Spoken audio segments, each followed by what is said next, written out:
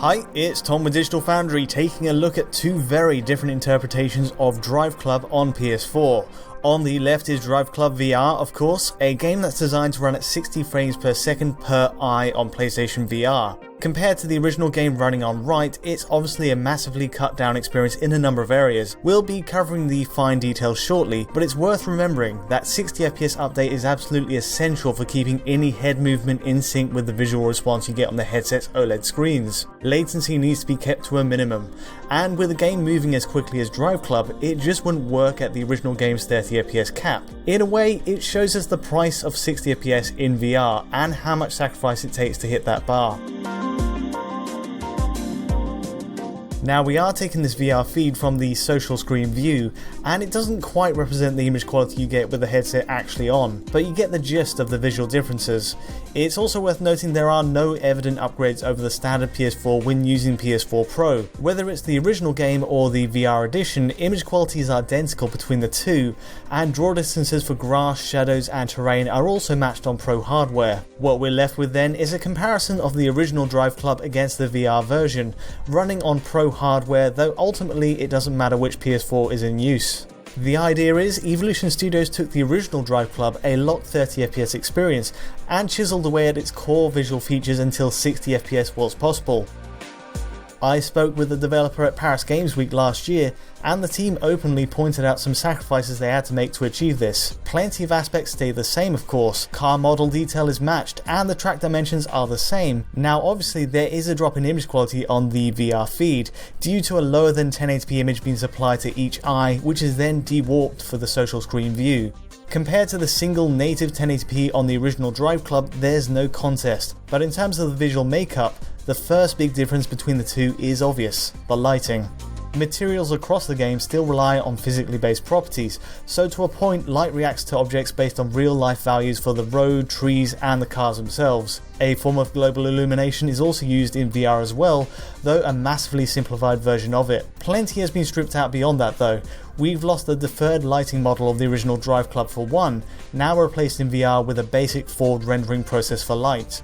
What that means effectively is the time of day doesn't change as you progress through a race, where before you could have it speed up to 30 times if you wanted. The sun stays in a fixed position and so do the shadows, and so you can perhaps see the original DriveClub shadows slowly shifting ahead of the VR version. In fairness, you still get the option to select any time of day before a race in VR, but once that's locked in, the lighting doesn't shift at all.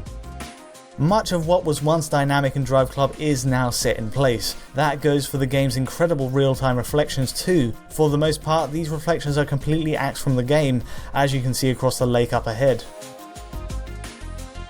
Other areas are dialed back too, like the number of AI cars, which goes down from 11 in the original to 7 in VR.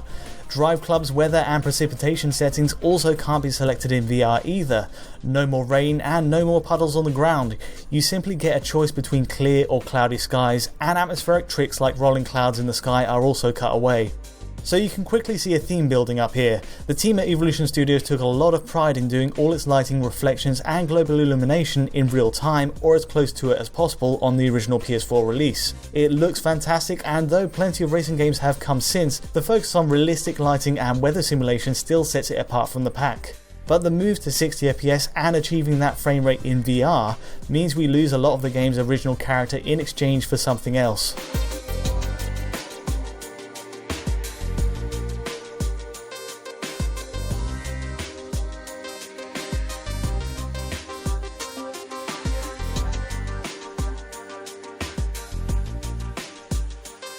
I mean, here's another great example. Note the high dynamic range effect as we enter this tunnel on right. See how the camera saturation switches from dark to light. A lot of attention is paid to mimicking the properties of a camera lens, and it just nails it. Though sadly that's something VR has to remove as well.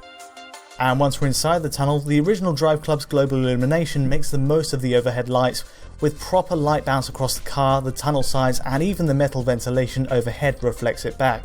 In VR, the simplified model leaves everything looking much flatter and colours are muted. Even the lens flare and bloom effects are taken out of the equation as well. There's plenty of stuff we may have missed, and I'm sure you've spotted them already. Shadow resolution is lowered, of course, another big casualty of the move to VR, and we don't get the fine detailing of trees in the shade across the track.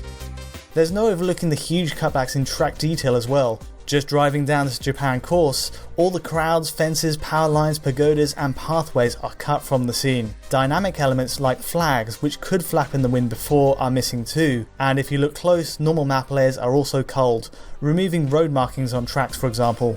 Overall, the density of trees is dialed back to something like 70% of the original game too, which in a sense means there's fewer shadows to render on the road.